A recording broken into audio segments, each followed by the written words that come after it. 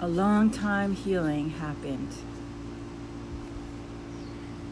While writing this sunflower, some old deep memories resurfaced. My best friend from college popped into my mind. I hadn't thought about her in years. As a matter of fact, I hadn't spoken to her in nearly 30 years. She could not forgive me for what I did to her in college, and I didn't blame her. When I was in college, I had no home to go back to, and decided to stay on campus in my apartment over a holiday weekend. My best friend asked her boyfriend, who lived in the area, to stay with me to keep me safe and help me with anything I needed. She was a good friend, and the three of us were all close. We hung out together all the time. He took me out to dinner, and when we got back to my apartment, he forced himself on me. Just because a man takes you out to dinner doesn't automatically give him the right to have sex with you. I said no, but I wasn't strong enough yet. I was carrying the shame of knowing my biological mother was a prostitute, which played out in my promiscuity. He persisted, and I gave in. I know it's not entirely his fault. I was to blame too. I was the other person in the interaction. I allowed him to pressure me as part of a pattern of subservience that has played out in my life too many times. That wasn't the first time a man forced himself on me after I had said no, and it wouldn't be the last. If it had happened now, I would have kicked him in the nutsack and put him in a chokehold, and that would be the end of it. In college, I had no self-esteem and was a lost mess. Afterwards, I felt horrible. I told my friend what happened when she came over the next day, but she already knew. She had a dream about it.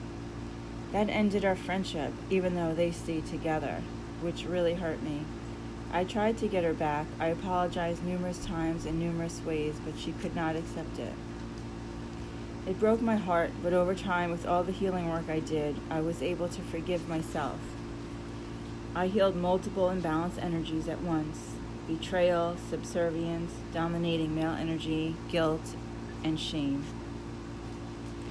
You can imagine the shock when she called me out of the blue after nearly 30 years, and I had just thought about her. She said she tracked me down and wanted to make amends. She was ready. I was in tears. Even though I had already forgiven myself, I felt like it completed the unresolved karmic energy between us.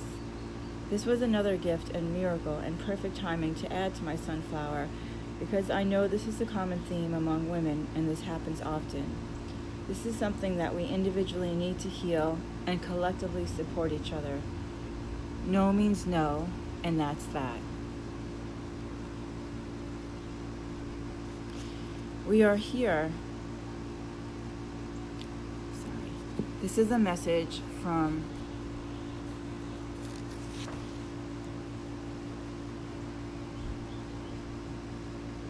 the energy of the Divine Feminine of Sophiel, the energy of the Divine Feminine of the Holy of all Holies. We are here nurturing you into the warming waters of the emotions unfelt within the depths of your soul. It is here that you begin to allow the waves of the Sophiel light to soothe your awareness within the wounds that have been encrusted and harbored from the light. It is safe to feel the depth of shadow that has been distanced. It is safe to allow the fluids of afterbirth to be seen. It is safe to sit in the waters of tears unshed. The Sophiel is the fluid light within all perceived darkness. It is the emotions that are the beauty and grace of being human. It is the allowance to feel. It is the gift of feeling emotion.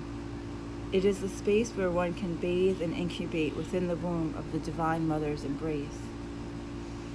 Allow yourself to feel the arms of the Divine Mother soothing you, holding space for you, to feel, to purge, to weep, gently allowing this salted tears to birth new pathways for the light to burn away the encrusted shadow of karma's no longer.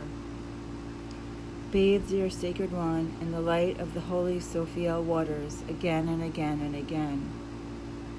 The time is now to feel all unfelt.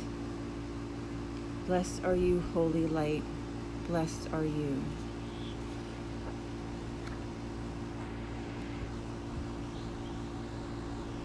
Sophiel means I am one with my emotions.